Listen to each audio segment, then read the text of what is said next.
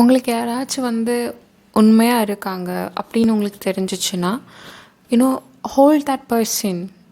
அவங்கள வந்து ஜஸ்ட்டு கிராண்டடா எடுத்துக்காதீங்க. ஏன்னா, இங்கே ரொம்ப கம்மியான பர்சன்டேஜ் தான் வந்து உண்மையா இருக்காங்க. மோஸ்ட் ஆஃப் த பீப்பிள் வந்து பார்த்தீங்கன்னா, எல்லாத்தையும் சுகர் கோட் பண்ணிக்கிட்டு, நிறைய விஷயத்த உங்ககிட்ட மறைச்சிக்கிட்டே இருப்பாங்க. So if you feel anyone is true to you, keep them. Don't let them go and don't take them for granted. இப்போது ஏன் ஜஸ்ட்டு ஒரு சின்ன பர்சன்டேஜ் தான் வந்து உண்மையாக இருக்காங்க அப்படின்னு கேட்டிங்கன்னா, சி இப்போ ஒரு பர்சனை வந்து உண்மையாக இருக்காங்க அப்படின்னா it is not a easy thing. ஏன்னா உண்மையாக இருக்கிறாங்கன்னா அவங்களோட இன்செக்யூரிட்டிஸ், வீக்னஸ், அவங்களோட இன்டென்ஷன்ஸ் எல்லாமே வந்து அவங்க அப்படி காமிக்கணும். லைக் ஒரு சுகர் கோட்டே இல்லாமல் இதுதான் காமிக்கணும். அதை வந்து நிறைய பேர் இங்கே பண்ண மாட்டாங்க. ஏன்னா it is kind of very scary. இப்போ வந்து ஃபார் எக்ஸாம்பிள் லெட்ஸ் சே ஒரு பர்சன் வந்து உண்மையாக இருக்காங்க, அவங்களோட கம்ப்ளீட் கேரக்டர் உங்ககிட்ட காமிக்கிறாங்க அப்படின்னா அவங்களுக்குள்ளேயே டவுட்ஸ் இருக்கும். ஒரு வேளை நான் இப்படி என்னோடய ஃபுல் கேரக்டர் காமிக்கிறனால இவங்களுக்கு என்னை பிடிக்காமல் போயிடுமோ, ஏன்னா என்கிட்ட வந்து இந்த ஃப்ளாஸ் இருக்குது, நான் ரொம்ப பொசசிவாக இருப்பேன், சீக்கிரம் எனக்கு கோவம் வந்துடும். ஸோ இதெல்லாம் நான் வந்து அவங்ககிட்ட காமிக்கும் போது அவங்களுக்கு என்னை பிடிக்காமல் போயிடுமோ அப்படின்னு வந்து ஒரு டவுட் இருக்கும். ஸோ அதனால தான் நிறைய பேர் வந்து உண்மையாக இருக்கிறது இல்லை. லைக் இந்த பிகினிங் ஸ்டேஜ் வந்து ஹவ் யூ சீன் லைக் 6 மாதம் ரிலேஷன்ஷிப் நல்லா போகும் அண்ட் ஆஃப்டர் 6 months ஒன்லி அவங்களோட உண்மையான கேரக்டரே வெளியே வரும். ஸோ இந்த ஃபர்ஸ்ட் 6 months வந்து ஒரு நல்ல இம்ப்ரெஷனை க்ரியேட் பண்ணணும், நான் ஒரு நல்ல பொண்ணு, நான் ஒரு நல்ல பையனை வந்து இவளுக்கு தெரியணும் அப்படின்னு சொல்லிட்டு வந்து அவங்க ரொம்ப சுகர் கோட் பண்ணிட்டு ரொம்ப கேர் பண்ணுற மாதிரி இருக்கும், ரொம்ப லவ் அண்ட் அஃபெக்ஷன் கொடுக்குற மாதிரி இருக்கும், அண்ட் பொசசிவ்னஸ் இல்லாமல் ரொம்ப ஓப்பன் மைண்டடாக இருக்கிற மாதிரி இருக்கும். கரெக்டாக? ஸோ அதுதான். பட் எல்லாரும் இப்படி இருக்கீங்களான்னு கேட்டால் இல்லை, சில பேர் தான் வந்து இருக்காங்க.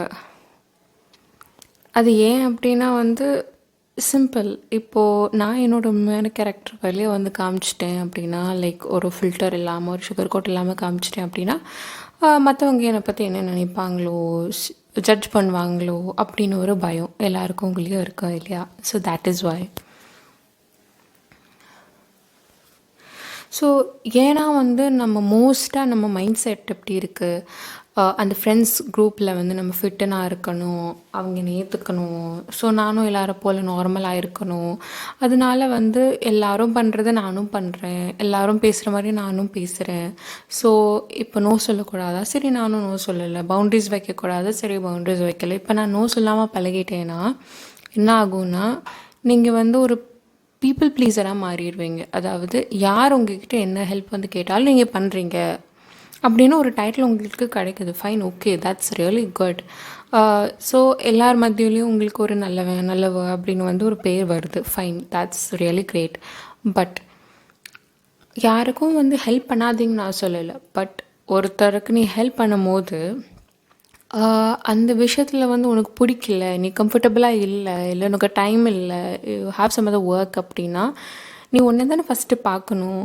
கரெக்டாக? அதெல்லாம் விட்டுட்டு ஒன்று நீ ப்ரையாரிட்டைஸ் பண்ணாமல் நீ அவங்களுக்காக வந்து எல்லாத்தையும் பண்ணிவிட்டு ஹெல்ப் பண்ணிட்டு அவங்களுக்காக வேலை செஞ்சுக்கிட்டு இருக்கும் போது என்ன ஆகும்?